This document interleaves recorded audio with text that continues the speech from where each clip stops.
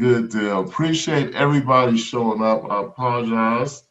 Folks, y'all come on in. Welcome, welcome. I'm sorry for the hang up, y'all. Thank y'all for being so patient. We had some little difficulty in trying to get folks on screen. First of all, we want to say thank you to the people that are showing up from around the country. Thank you for our participants. We want to start out by saying that the ACLU is committed to stopping police violence, not only operationally, but legislatively, and also through the courtrooms. One of the ways we're doing it is we're signing on to a national letter with Black Lives Matter that is going to seek to defund local police departments around the country, as well as looking to seek to stop low-level arrests, seeking to stop folks from being arrested for drug charges, in any way that we can do to reduce the amount of interaction between the public and police departments to what we're seeking to do. So enough of that talking.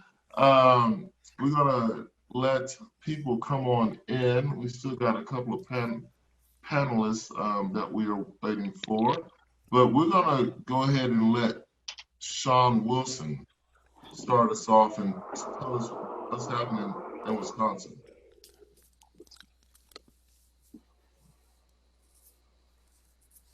Go ahead, Sean. Okay. I was muted. I'm sorry about that. Hello, everyone. My name is Sean Wilson, statewide organizer for the Campaign for Smart Justice here in Wisconsin. Here over the weekend, the ACLU of Wisconsin was able to legal observe several of the protests here in Milwaukee and throughout the state, along with our volunteers. We saw a great deal of things happening. A lot of things that we recorded and documented, and we will be following up on as the days and weeks progress.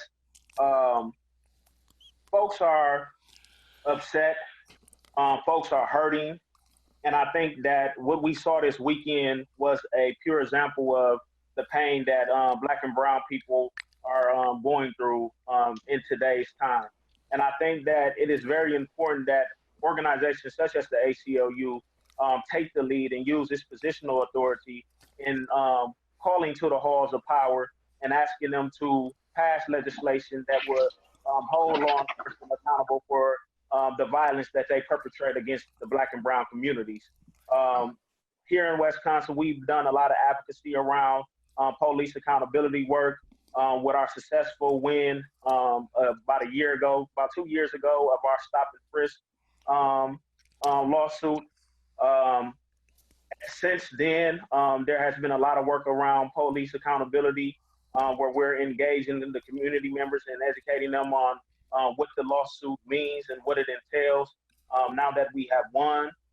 So we're going to continue to hold law enforcement accountable here in the state of Wisconsin. And I'm sure our national office is going to continue to do the same in holding law enforcement accountable. We're continuing to educate folks on what good policing looks like, what community policing looks like. And I think that is very important that we continue to support grassroots organizations like Black Lives Matter, that we continue to follow their lead because they are in fact closest to the problem, therefore they are closest to the solution. We issued a statement earlier today condemning the excessive force that was used over the weekend by law enforcement throughout the state, the use of pepper spray, just, continued violence against Black and brown communities. And we condemn that action. And I think that it's very important that the ACLU National condemn this action as they witness it throughout the country. This is something that we saw that happened in Atlanta, where a Black man and female was pulled over in the midst of protest, and they were literally snatched out of the vehicle. It was very triggering for me when I witnessed it, and I'm sure it was very triggering for other Black and brown people throughout the country that witnessed it as well. And I think what needs to happen is that folks need to understand that the Black and brown community are in pain, and us being in the streets, us raising our voice, us sacrificing our bodies is to demand that we receive justice for the continued violence that is being perpetrated against our communities. Here in Milwaukee, we had a death of Joel Acevedo, 25-year-old man who was killed by a Milwaukee police officer. We were in the streets this weekend honoring him, saying his name. We were also in solidarity with Minneapolis in honoring the death of George Floyd. And we're going to continue to be in the streets until we get justice. We will continue to disrupt the way that the normal operations of society until we receive justice. And we're just asking for folks to continue to support our efforts. And I think that the ACLU National, as well as the affiliates throughout the country, should also just sit back and allow Black and brown organizations to lead and continue to be a thought partner, as well as just someone that is encouraging these efforts as they go forward. Sean, thank you so much. We appreciate you. And we want to kick it to Eli. Eli is out there on the streets right now. Eli, share with us what is happening with you in Minnesota. We know that you have been in the epicenter of what, things have really kicked off in the story of George Floyd. Please share with us, Elizer, what's happening there on the ground with you.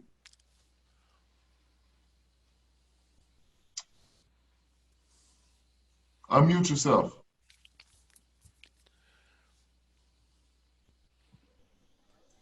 Yeah, since I took my mask off, I'm gonna try to move away from all of the other people who are marching right now. We just got through having a rally at the governor's office in order to push for a more just and equitable outcome to the senseless murder of our brother right in front of us. Literally where they killed George is probably about 2 minutes walk from where I live right now. That particular corner store, I go to it. I've shopped in it. I've purchased stuff in it at least once, twice a week. I'm quite familiar with it. And so, the idea that they would charge out because we forced them to at such a low level, the same type of charge, which was third-degree murder, that you would get if you sold bad drugs to someone and they had a bad outcome from those drugs. That's what a third-degree murder is typically here in Minnesota.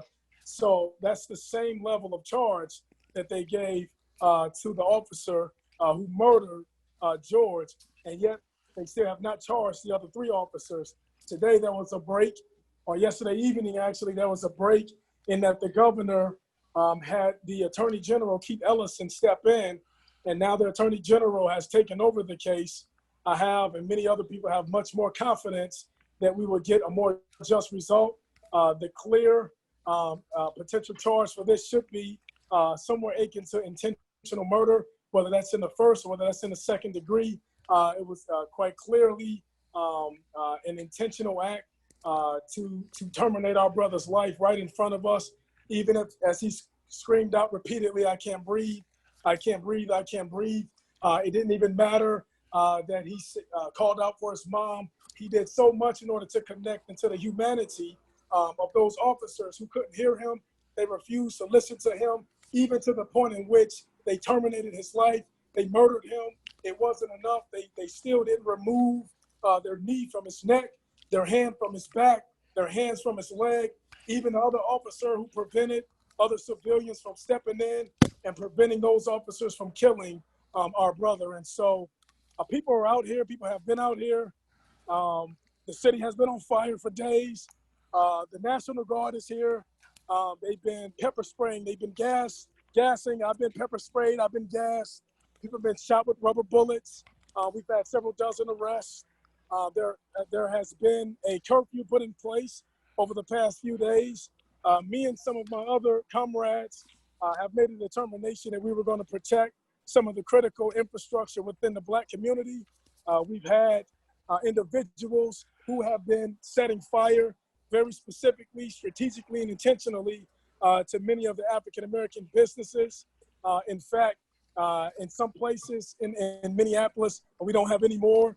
They have torched all of those in those corridors. And so the few that we have left, we want to make sure that we can maintain. There's a dichotomy out here in that we want to stand strong and move hard for our brother and for justice, while at the same time, we're not going to allow white supremacists or any other bad and malactors come and destroy our community as well.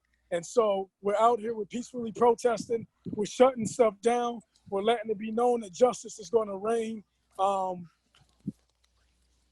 Intention to let up. We expect the other officers who were involved, explicitly involved, to also be arrested. Under General Keith Ellison, there's an expectation that will imminently happen. Thank you so much, Eli. And so quickly, can you tell me what the national office can do to help?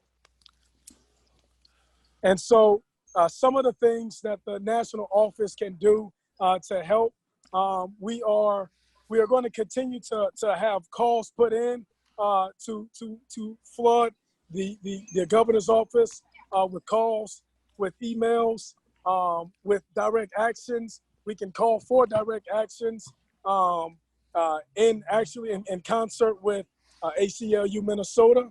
So if you all can partner with us as we're doing those, you know, we're really trying to elevate and raise the noise that has been really in concert with what's happening out here in the streets.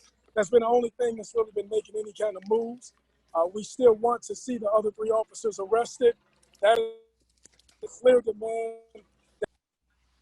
Thank you so much, Eli. We're short on time. We appreciate you so much. Major, so going to talk about, as Eli was just talking about police accountability and holding those officers accountable, we want to go to someone who was formerly head of the Baltimore, Maryland Police Department. His name is Major Neil Franklin. Thank you, Major, for joining us.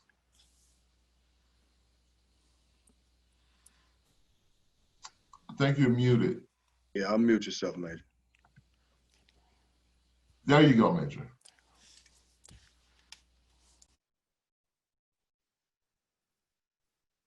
I don't know why we're still muted. Major, you're still muted for some reason. There you Tell them to unmute now.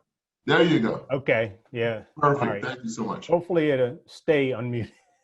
But I want to thank the ACLU and you, Lewis, for bringing me on to talk about this important issue, which is near and dear to my heart. We've made it a priority to work with the ACLU, and I want people to understand this. The Law Enforcement Action Partnership has made it a priority over the past few years to work with the ACLU on these issues, and it's very important that we have and maintain this type of partnership going forward. We've been working with the ACLU here in Maryland. I'm from Baltimore. My home base is here in Maryland, and we've been working with the ACLU for a long time on transparency issues here in the state of Maryland, accountability issues, changing the laws in many cases. Not just in Maryland, but across the country, there are laws in place that protect police officers from being accountable, from being held accountable, from being fired immediately like we've seen in Minneapolis. So that's something we have to continue to work on. I'm gonna begin real quick, and I'll be quick with my remarks. Defunding the police, which I know is a priority all across this country as we begin this work. I just wanna make a quick comment regarding that. I think it begins with us asking the police to do less, to stay out of health-related issues for one, which means we can't be putting laws into effect, drafting policy, public policy that invites the police into areas where they don't belong. We've seen this with the war on drugs, where we're dealing with substance abuse, and we've seen it in other areas that are health-related. We're having policy now come about, which the ACLU out of the DC office is helping us with, regarding the criminalization of menthol cigarettes.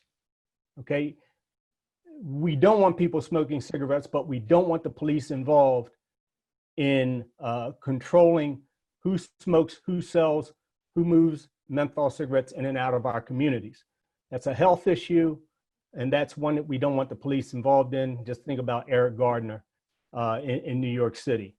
And as we think about those issues, Major, and as we think about ways for us to keep Black folks from dying at the hands of officers, what are we able to do in terms of holding officers accountable? Well, I think one of the first things we need to do, and we've heard this with the Floyd case, is that Chauvin and another police officer, but mainly Chauvin, had a history of, we call him a frequent flyers with internal affairs. He had a history of excessive force in the department. But in many states, that is shielded from the public. The public does not have access to that information. We don't have access to those personnel files. We should have access to officers who are frequent flyers with excessive force, corruption, involved in domestic violence issues, complaints from the community on these officers. We should have access to that. Think about when, and some people push back, police officers and unions push back because they say, well, a lot of these are unfounded. You know, they're not sustained. And yeah, we know why they're not sustained. But think about when a citizen is arrested for a crime. That's public information. Their pictures are posted in newspapers. So why shouldn't it be the same for policing? If you're accused by a citizen of excessive force or inappropriate behavior, that should be accessible to the public. That's a piece of very important policy we need to work on so we can remove officers from working within the policing profession and do that.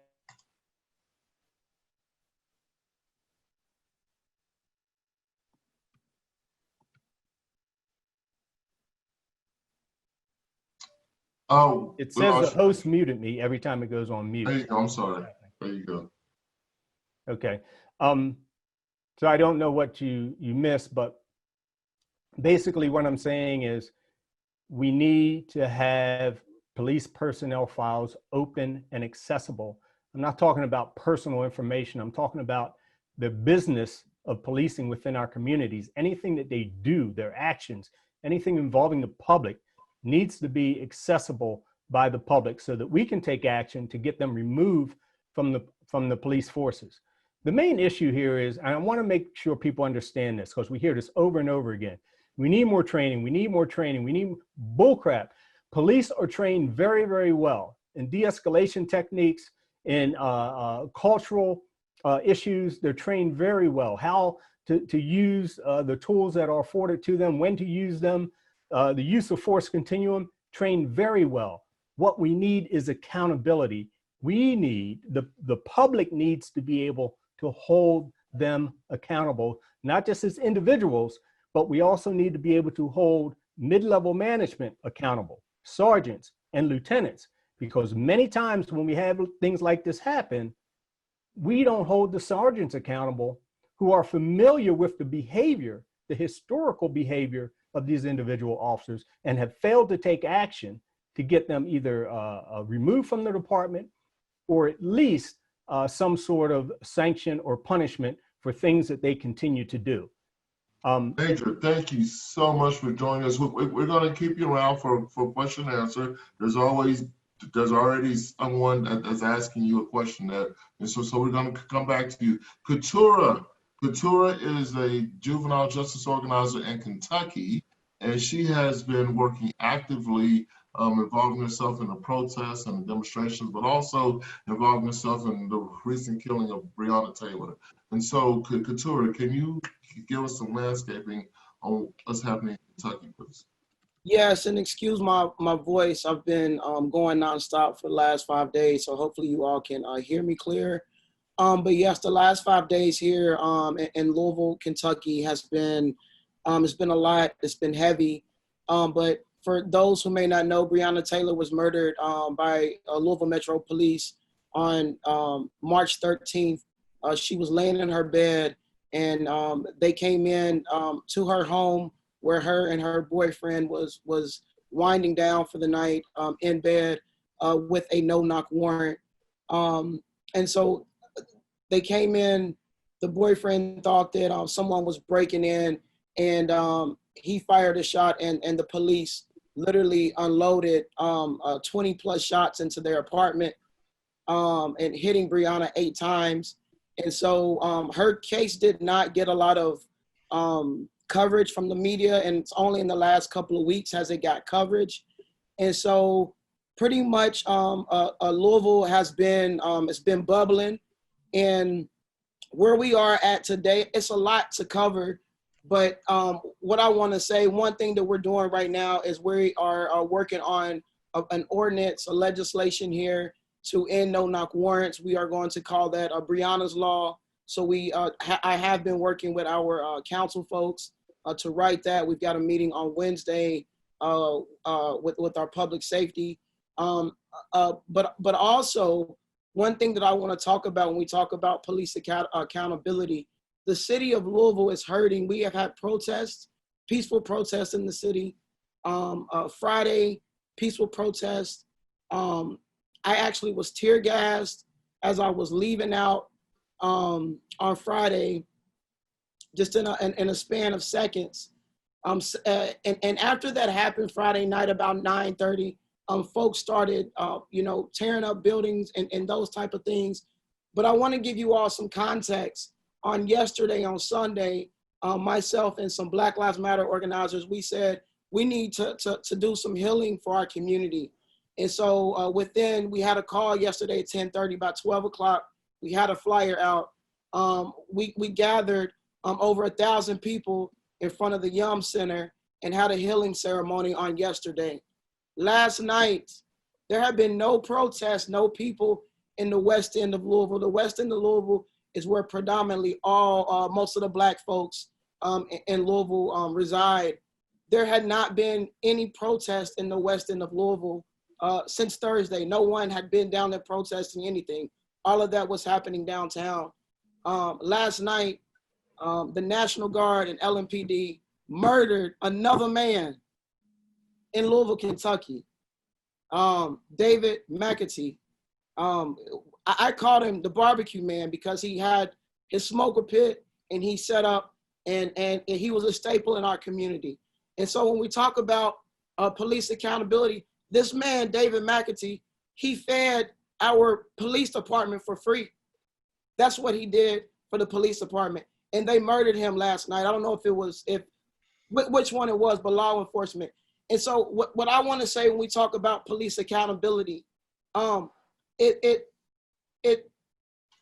we have to change the culture. There's a culture that if you're Black, if it's in this area, if you're gathering, something bad or wrong is going to happen, and that's not it. And we have to. And one thing that I want to say, our police chief of Louisville in 2016, the FOP voted him with no confidence. The FOP said they had no confidence in our chief. The next year in 2017, our Metro Council said they had no confidence in Chief Conrad. Now it's 2020. Finally, he was fired today. He was fired today because another man was murdered. But when we talk about police accountability, I think what ACLU can do nationally is, and Major, I will have to disagree with you. We have to defund the police. We have to take the money away from the police and put those back in the communities. I feel like that we have to do that in order to heal our people. So that's one thing. And then I would also like to see ACLU to look at those policies like no-knock warrants. What does that look like in other cities and communities? And how can we take that around nationally and end those tactics that are harming our Black and brown communities? Thank you. Thank you so much, Keturah. Those no-knock warrants impact people of color at a sparing rate. Most Anglo folks don't have no-knock warrants being performed on them, so a lot of Black folks are being killed and abused and brutalized as a result of those no-knock warrants and other tactics that are targeting communities of color.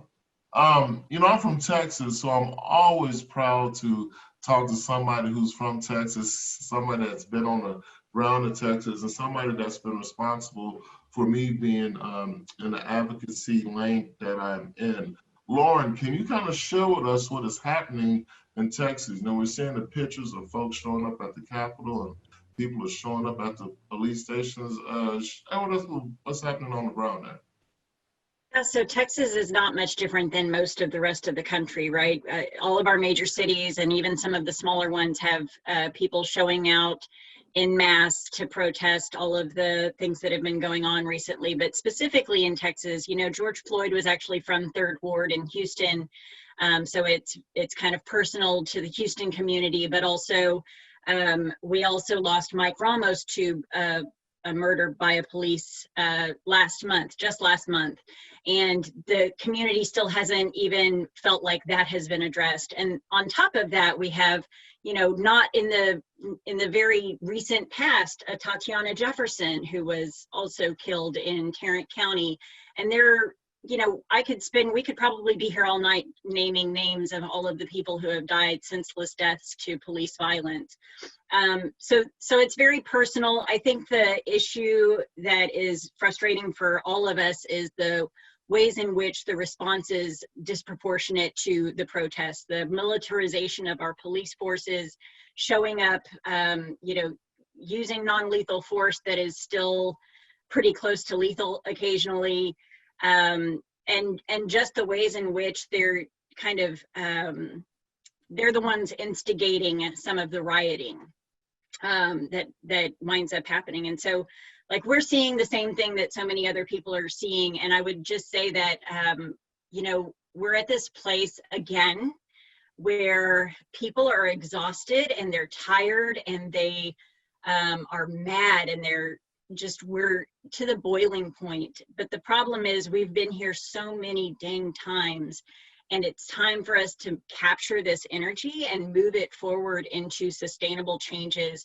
Defunding the police, using that money for social services, and actually addressing the needs of our community in the ways in which solves the problems that police don't actually do. So I'll stop there and let somebody else talk.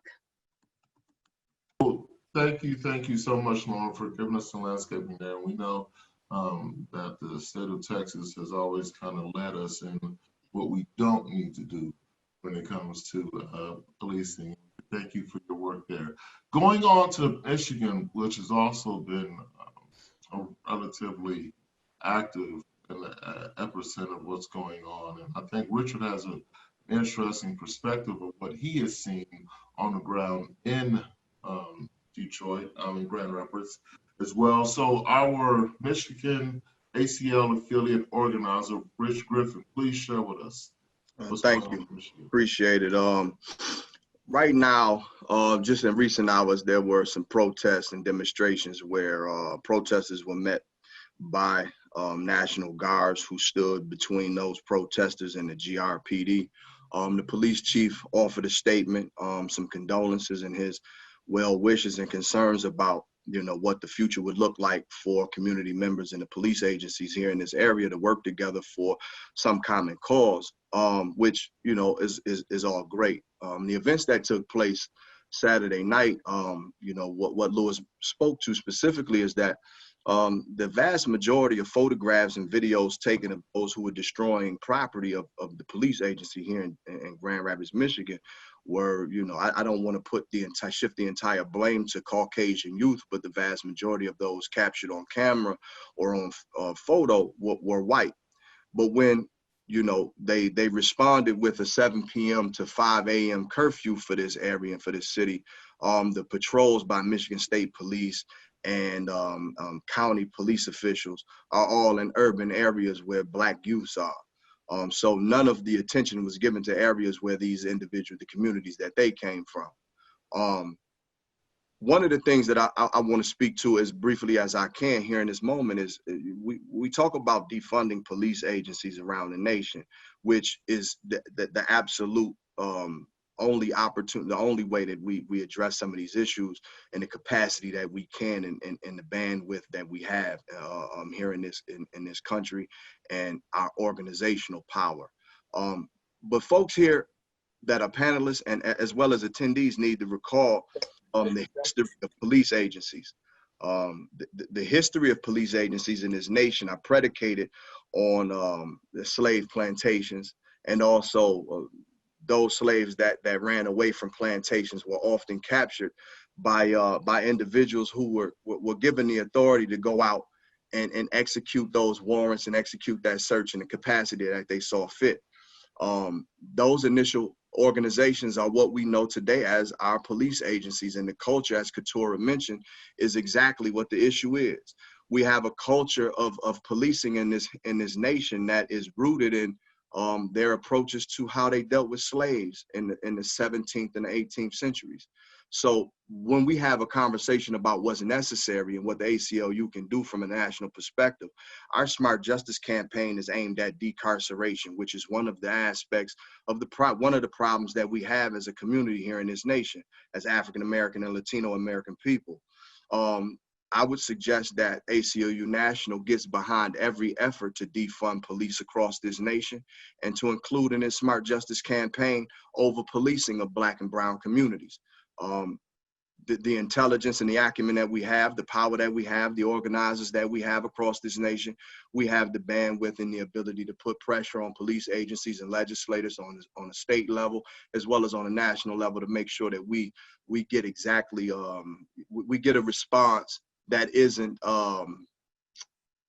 fluff or a paper tiger, because we can get policies changed, we can litigate cases in court, we can push the legislature to change the policies that they have that govern our communities. But at the end of the day, if we do not change the culture of what white supremacy looks like in this nation, we will continue to have problems where every day Black men, Black women, brown men, and brown women are at threat of losing their lives at the hand of some white person in a blue suit.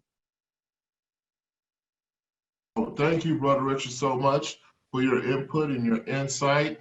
You know, the comments are blowing up. Please, y'all discuss with each other in the chat. Attendees, you know, we got questions that folks are asking, so y'all don't hesitate to go over there and answer some of those questions. We just got one of our most audacious and bold actors, Kristie Puckett-Williams. She's joining us. She's doing what she does best, which is agitate. We're glad to have her on. Kristie, can you kind of share with us what's going on with you and what's been going on in North Carolina? Sure. So here in North Carolina, and so sorry for being late, you guys. We actually are here in a chat, in a march right now here in the oldest, richest neighborhoods in Charlotte, North Carolina. We needed to Black Lives Matter. We were involved in a police standoff on Friday night because there were some white organizers who brought a demonstration to a Black neighborhood, predominantly Black neighborhood that is already over-policed and over-criminalized, and they had an agenda that wasn't peaceful.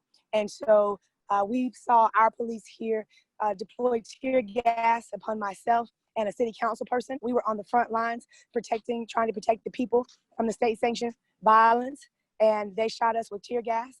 They shot us in our backs with rubber bullets. Oh, excuse me, they call them stinger rubber balls, and with pepper balls. And so I've been fighting for the last 3 days, since Friday, every night, and I have been hit so many times. I got so many bruises, but we're gonna make sure that we defund the militarization of the police here in North Carolina, and we will make sure that they spend every last round. And then when they don't have no more money to buy no more equipment and they run out of equipment, they still got to come see us. And so that's the energy that we are. We are sick and tired of them killing us. We are sick and tired of the state-sanctioned violence against Black and brown bodies at the hands of the police in our communities. And we will not give up. And so here in North Carolina, the police have waged war against us. I wish I could show you. If you go to my personal social media page, you can see all of the bruises and the bumps, and you can look at the police assaulting us when we were peaceful. There's one piece of the video where I was sitting on the, sorry, we are at a protest, so if people get loud. I was sitting on the sidewalk resting because we had been running and tear gas so much. I was trying to catch my breath, and the police literally shot me 4 times with rubber bullets. 4 times as I was sitting down just trying to catch my breath from all the chemical agents that they released on us. So it's really bad. here in North Carolina. I know y'all been in a meeting. I got some breaking news that the president has ordered governors to send in the National Guard, and if they don't, he's going to send the military. So we still have a fight ahead of us. This is not a sprint. This is a marathon, and we got to suit up and boot up and get on those front lines to support people like myself, Black women who are leading, who are on the front lines, who are using our bodies to protect our neighborhoods. I mean, we need assistance. We need everybody that we can to get on these front lines and fight with us. Kristie, thank you so much for what you do. Thank you for being so active. And so right now, we got about 14 minutes left on the broadcast, depending on where you at. One of my clocks says 8 minutes, the other one says 14 minutes. So we're gonna do it until folks say we can't do it no more. All right, so I want to kind of point some of the questions. The first questions that's asked is by Nancy Hirsch. She's asking Major Franklin, there needs to be civilian oversight boards that are provided information about all complaints. For instance, one board is allowed to review excessive force complaints as an example. This is this piece that would address accountability. What is your opinion on that? So I agree 100% with the community taking control of their police departments. That's definitely one way that you can defund the police. And I agree with defunding the police. I was just saying earlier that one of the things we do need to do is give the police less responsibility. So when you have community control policing, one of the first orders of business of that community control is to set the philosophy of how and what the police do within your communities. The second order of business is that you do control the budget. You decide how many dollars go to the police department and how many dollars go to health and education for your communities and other necessary services for the folks in the community. You also hire and fire the leader of that police department, the person you put in charge for the day-to-day operations of carrying out your wishes as a community. When you do this, you also get ahead of the issues that can pop up regarding excessive force, because you will have more control over who comes into your police department, who stays in your police department, and hopefully less of a need for a review board, because a review board comes about after something bad has happened. We want to get ahead of that. And I'll end with this.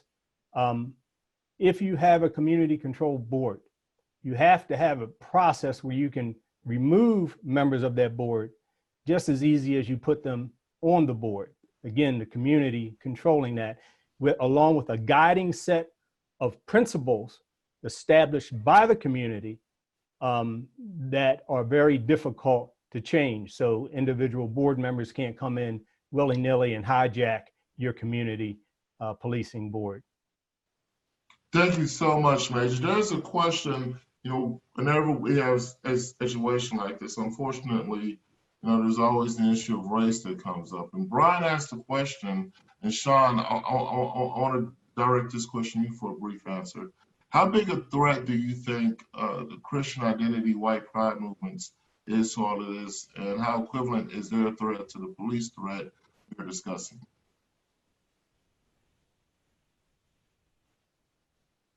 Sean. Am I muted? Hello? Yes, Sean. Okay.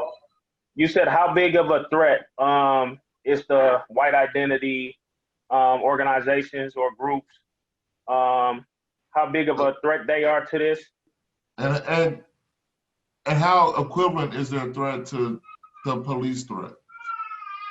I think that it is parallel, because as Rich had mentioned, that the very police organizations or agencies that are currently in existence in this day and time is a derivative or a continuum of slave catchers. So I think that we are dealing with a more sophisticated version of slave captures from the slavery days. So what we have to make sure that we put in place, and I had this conversation the other day with someone where they said that we need to do a more extensive background check on these officers who are coming into our law enforcement agencies, because they may have white supremacist ties and they may have been a part of these white pride groups, and they have infiltrated law enforcement agencies, and they have a continuous interaction with Black and brown communities. And it is when they have these interactions with these communities that we hear about this type of violence being perpetuated against these communities. So I think that the parallel is striking, and I think that the way that we address that one way is by doing a more extensive background check to these individuals who are applying to law enforcement agencies. In addition to defunding the police, we also need to take the funds that we get from defunding the police and reinvest them back into community resources so that the people can have opportunity and resources to thrive in their own community. Absolutely, and that's an important part of the equation, is that as we seek to defund and as we seek to stop something, what are we doing to replace that thing that you're stopping or alleviate the harm? In Texas, as I was sharing with Lauren earlier, is that, we worked very hard to stop the union from, taking over 80% of the municipal budget with public safety. And in this time, I think the issues of poverty and the issues of folks not having access to food and folks not having access to health care seems to be less important as funding police departments. So Richard and Lauren next, what can we do as municipalities to work harder to make sure that taxpayer dollars aren't going to police officers solely to continue to harm us, but what can we do other than fund officers? We can fund training and programs that they would be mandated to go to. Police agencies should commit today to making sure that they diversify the folks that they bring on their forces. I know around the nation there's been conversations about having more social workers on the front lines and policing our communities. But those police agencies should commit to being intentional about hiring from within the communities that police officers are working, but also to hire folks who have a different approach, more of a social worker's approach to how they would engage with community members, so that we don't have such the volatile experience every time we're accosted by police in our communities. Yeah, I feel like we could be, the energy that we've got going to the protests right now, we need that same energy going to voting booths. We need that same energy going to City Hall and demanding that, like, the government closest to the people is where you have the most power. And our city government, like, we can start now calling our city council members and saying that we want more accountability for our police, that we don't want to spend 80% of our budgets funding a police department. And instead we could be putting that into the social services. You were talking, Lewis, about the lack of, like, access to healthcare, nutritious food, things like that. But for the amount of money that we spend on our criminal justice system, we sure don't have a lot of justice coming out of it. And so, we the people have that power to go and ask our city council, to demand our city council to spend that money in our community, on things that actually impact us in positive ways. So everyone, we've got about 60 minutes. Everyone has about 60 seconds to give us a closing statement, and we're going to start with Sister Keturah. Yes, I would just like to say that we have to continue to put pressure on our police departments and our elected officials to treat us with humanity and dignity and give us justice. Right now in Louisville, we will continue to fight for justice for Breonna Taylor and also for David McAtee. So please remember those names and can continue to lift up the work that we're doing here and be on the lookout for Breonna's law. Thank you. Thank you. Brother Sean, 60 seconds. In solidarity with, all of my brothers and sisters who are currently on this call and around the country who are putting their lives and bodies on the line for Ahmaud Arbery, for George Floyd, for Joel Acevedo, for Breonna Taylor, and countless others who have lost their life at the hands of police violence. We must continue to hold these law enforcement agencies accountable. The reason they continue to do what they do is because they have no accountability to no one. So we must continue to take to the streets, take to the houses of Congress, to our state houses, and demand that our elected officials put forth policy that will hold these individuals accountable when they take a Black or brown life, and that we continue to push efforts to defund the police, and that we take those funds and we reinvest them into the community. Sean, thank you for your 60 seconds. Major, you have 60 seconds. Can you share with us what your thoughts are? I just muted you. Unmute yourself. I'm sorry, Major. Okay, so as Keturah spoke about the culture in policing needs to be changed, and Rich, you commented on the history of policing, which you're exactly right. This current model of policing was born out of slavery. In order for us to move forward as a nation, as a community, we need a new paradigm. We need a new policing model altogether, and that is one that is community-controlled policing, as we've been talking about here. That, in my opinion, is the only way forward, because this current model has never worked for Black folks. It was never designed for the benefit of Black folks. So the only way to go forward is by the community controlling their police department.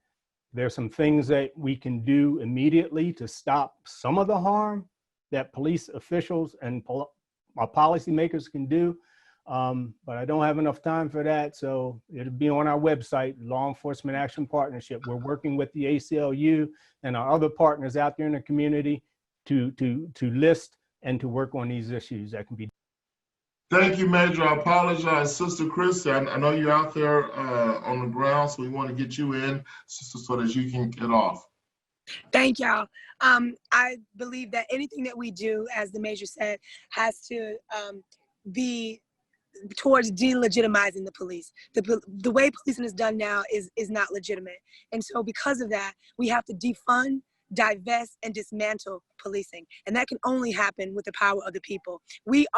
Black people are the original guardians of liberty. We are the people always on the front lines guarding liberty. And so we have to remember that yes, we work for the ACLU, but we are also Black people. For the most part, the police are reaching around white bodies here in Charlotte, North Carolina to grab up Black bodies. And so it's very targeted. Here in North Carolina, we have a law that you can't be armed in a protest, but we saw white people descend upon our Capitol with armed and nothing happened to them. But we saw Black people being arrested when they came out to protect us this weekend. So policing chooses who it polices and how. It's not about protecting and serving. It's about control and surveillance. And so we have to divest, dismantle, and defund the police. Thank you, Kristie, for being so succinct. Lauren, can you share with us 60 seconds of Solve in Texas? Yeah, I'll keep it brief. So here are the things that you can do. You can support your local bail fund.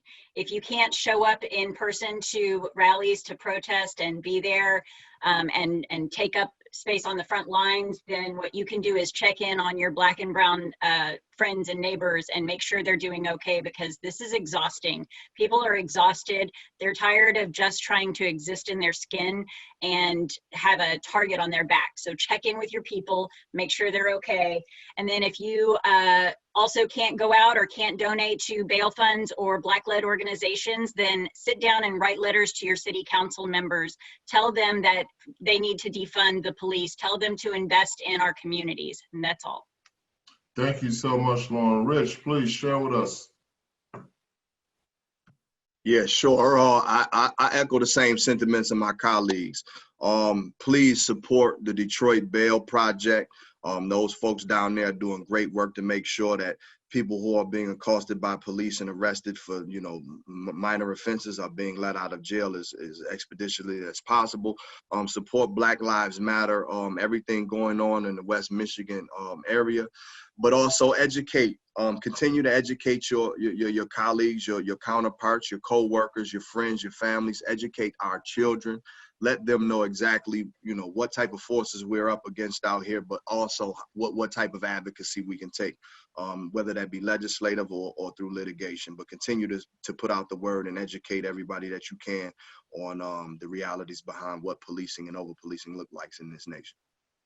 Thank you so much. Everyone, all the participants, thank you so much for your evening. Thank you for your time, and most of all, thank you for your work that you're doing in your locales. And as a call to action, we want folks to go to ACLU.org, as always, and sign up for whatever action you feel is close to you. Right now, as we said, we're signing on with a national letter with Black Lives Matter, which is a call to not only defund local police departments, we're also going to work to make sure that we reduce the amount of arrests, we reduce the amount of impact that officers are having in Black communities. We're also going to address hyper-policing of poverty-stricken communities and stop putting Black and brown bodies against bars and in graves across the country. So we want to thank you so much, and also want to remind you that the ACLU has been doing this since the 60s, all the way up until Ferguson, and now all the way up until Brother George Floyd. You can reach out to all of the participants. Their emails and contacts are available. We want to thank Agent Neil Franklin for his presence. We want to thank Warren Johnson, Brother Rich Griffin, Sean Wilson, Sister Kristie Puckett, Keturah Herron, and Elizer Darris as well. Thank you all. Have a wonderful evening, and y'all stay safe. Thank you. Don't forget to thank the interpreter and the sign language. Oh, thank you so much. Thank you for our interpreter and our sign language. Thank you so much for our captioner. She has been doing an amazing job. Thank you, Lauren. As always, keep me on my toes. Y'all have a great evening.